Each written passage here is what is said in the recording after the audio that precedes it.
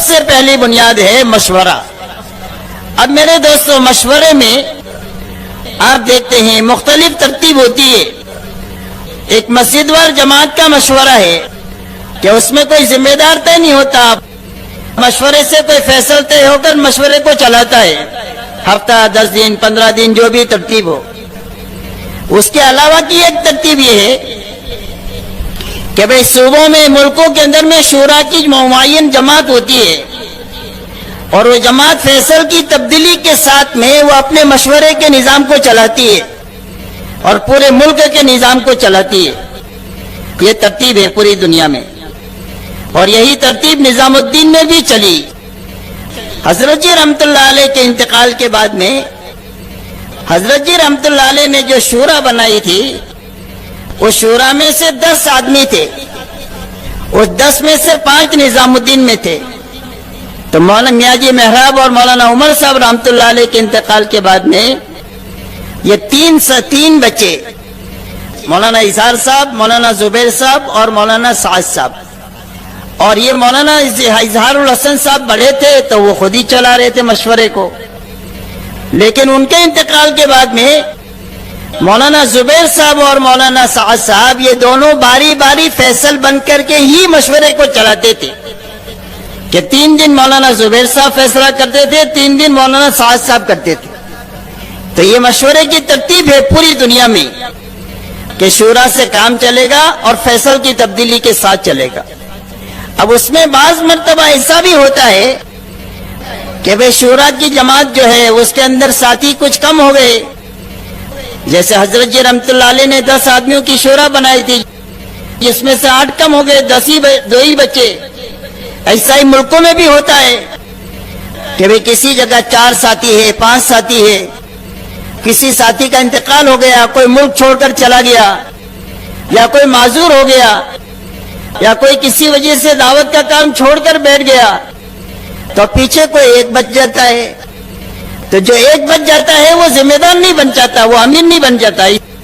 اسی کوئی ترتیب نہ شریعت میں ہے اور نہ سیرت میں اس کی کوئی آپ کو مثال ملے گی۔ یہ جو کچھ دلائل ہے وہ سارے دلائل بے بنیاد ہے، بلکہ اس میں یہ ہوگا کہ جو ایک فرد بچا ہے تو وہ فرد شورا کا فرد بچا ہے، وہ امیر نہیں بچا، کہ وہ امیر نہیں بنے گا۔ امیر تو بنانے سے بنتا ہے، خود کوئی امیر بن نہیں جاتا۔ یہ اچھی بات سمجھنے کی ہے کہ شیطان یہ دھوکہ دے رہا ہے کہ ایک آدمی بچ گیا تو وہ امیر بن گیا، حالانکہ کسی کمپنی میں 3 آدمی اگر پارٹنر ہو تو 2 پارٹنر مر جائے تو پیچھے پارٹنر بچے گا کہ مالک بچے گا؟ کہ بھائی پیچھے بچنے والا مالک بچا کہ پارٹنر بچا؟ پارٹنر بچا تو مالک کیسے بن جائے گا؟ تو یہ جو ہے وہ یہ بے بنیاد باتیں ہی۔ تو اس لیے یہ ترتیب ہے کہ بھئی اگر ایک آدمی بچا ہے تو شورا کی تکمیل ہو جائے، اور شورا کی تکمیل ہو کر کے پھر اس کے بعد میں بحسن خوبی اس کام کو چلایا جائے۔ بہرحال فرمایا سب سے پہلی بنیاد جو ہے یہ مشورہ ہے، اور مشورہ اس بنیاد پر ہوگا، ان چیزوں سے بچ کر ہوگا۔ اگر مشورہ ختم ہو گیا یا مشورے کا رخ بدل گیا تو اس کا سب سے پہلا اثر جو ہوگا وہ اجتماعیت پر پڑے گا، اس لیے کہ کام کرنے والے عملے کو سمیٹے رکھنے کی اور جوڑے رکھنے کی جو سب سے بڑی طاقتور ہے اور قوت حاکمہ ہے وہ مشورہ ہے،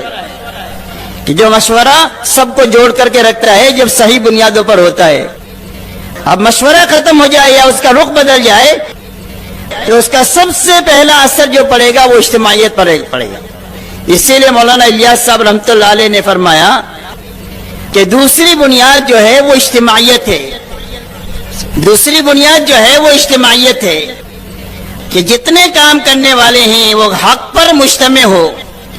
اجتماعیت حق پر جمع ہونے کا نام ہے، چاہے تھوڑے ہوں، اور باطل پر جمع ہونے کا نام تفرقہ ہے، چاہے لاکھوں کروڑوں ہوں۔ اسی لیے قرآن کہہ رہا ہے تحسبهم جميعا وقلوبهم شتى، کہ آپ کو یہ بڑا مجمع اور بھیڑ نظر آئے گی لیکن اندر سے یہ سارے کے سارے پھٹے ہوئے ہیں۔ قرآن کہہ رہا ہے ان کے اندر میں جوڑ نہیں ہے، یہ تفرقہ ہے، اندر سے دل پھٹے ہوئے ہیں۔ اس لیے فرمایا حق پر مجتمع ہونا یہ سب دوسری بنیاد ہے کہ جو کام کرنے والے ہیں وہ حق پر مجتمع ہو۔ اس لیے کہ اجتماعیت بہت بڑی طاقت ہے، اور اجتماعیت اللہ کی مدد کو کھینچ کر لانے والی چیز ہے، اور اجتماعیت اس امت کے لیے سب سے بڑی رحمت ہے، اور اس امت کا افتراق اس امت کے لیے سب سے بڑا عذاب ہے۔ اسی لیے مولانا انعام الحسن صاحب رحمۃ اللہ علیہ نے ایک مرتبہ پرانوں سے یہ کہا کہ ہم میں کا کوئی آدمی یہ دعویٰ نہیں کر سکتا ہے کہ میں خطا کار نہیں ہوں، کہ ہم میں سے ہر آدمی جو ہے وہ خطا کار ہے، لیکن اگر ہمارے دل آپس میں جڑے ہوئے ہوں گے، ایک دوسرے کی خیر خواہی ہوگی، ایک دوسرے کو آگے بڑھانے کا جذبہ ہوگا، ایک دوسرے کو درگزر کرنا اور معاف کرنے کا جذبہ ہوگا، اور ہر ایک سے صلاحیت کے اعتبار سے کام لینے کا جذبہ ہوگا، تو فرمایا اللہ ہماری خطاؤں کو معاف کرتے رہیں گے اور ہمارے عیوب پر پردہ ڈالتے رہیں گے، اور اللہ ہم سے دین کا کام لیتے رہیں گے۔ اور یہ فرمایا اگر ہمارے دلوں میں تشدد ہوا اور دلوں میں پھٹن ہوئی اور تیری میری ہوئی اور ایک دوسرے کی بدخواہی ہوئی، تو فرمایا چاہے مطلوبہ قربانی دے ڈالے اور صحیح نہج کے ساتھ دے ڈالے تو بھی جو ہے اس کا کوئی نتیجہ نہیں ہوگا، اس لیے کہ اللہ کی تائید جو ہے وہ ختم ہو جائے گی۔ آپ دیکھو جب آپس میں انتشار ہوا ہے تو مستجاب الدعوات لوگوں کی دعائیں بھی آسمان پر جانے سے رک گئی ہے اور مدد آنا جو ہے وہ رک گئی۔ اس لیے فرمایا دوسری بنیاد اجتماعیت ہے کہ ہمارے کام کرنے والے سارے کے سارے کام پر حق پر مجتمع ہو، اور فرمایا تیسری بنیاد جو ہے یہ اخلاص ہے کہ سارے کام کرنے والوں کے سامنے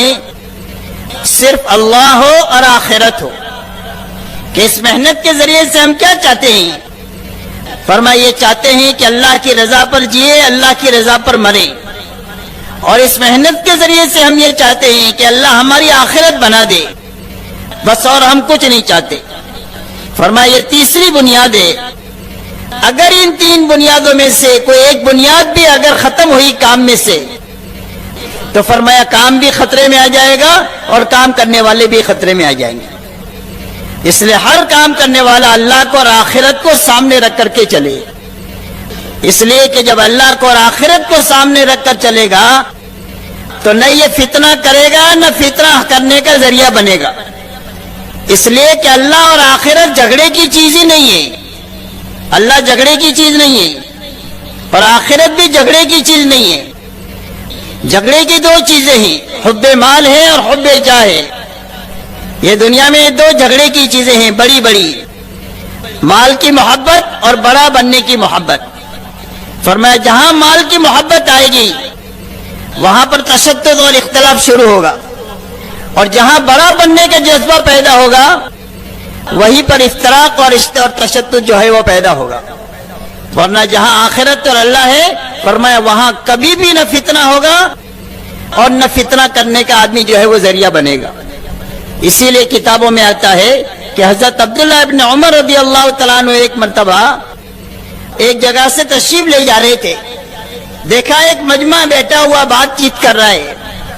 اتنے میں ایک بڑا آدمی فاخرہ لباس میں بڑی اچھی اونٹنی کے اوپر اچھی زین کے اوپر سوار ہو کر کے وہاں اترا ان کے بیچ میں، اور بیٹھتے ہی اس نے یہ کہا کہ اس امر خلافت کا ہم سے زیادہ حقدار کون ہو سکتا ہے، یعنی جو خلافت کا مسئلہ ہے سب سے زیادہ حقدار ہم ہیں اس کے۔ تو حضرت عبداللہ ابن عمر رضی اللہ تعالیٰ عنہ فرماتے ہیں کہ میرے کان میں آواز آئی اس کی، تو میرے دل میں یہ بات آئی کہ میں اس سے کہوں کہ اس امر خلافت کا حقدار وہ ہے جس نے تجھ کو اور تیرے باپ کو مسلمان بنایا، وہ زیادہ حقدار ہے اس کا۔ لیکن فرمایا مجھے آخرت یاد آ گئی اور جنت کی نعمتیں یاد آ گئی، تو میں نے کہا اپنے کو یہ جھگڑے میں پڑنا نہیں ہے۔ تو جو اللہ کو اور آخرت کو سامنے رکھ کر چلے گا وہ کبھی جھگڑا کرے گا نہیں، نہ فتنہ کرے گا، نہ امت کو توڑے گا، نہ امت کے توڑنے کا ذریعہ بنے گا۔ اس لیے فرمایا کہ یہ تین بنیادیں ہیں، اگر یہ تین بنیادیں محفوظ ہیں تو کام بھی محفوظ ہے اور کام کرنے والے بھی محفوظ ہیں۔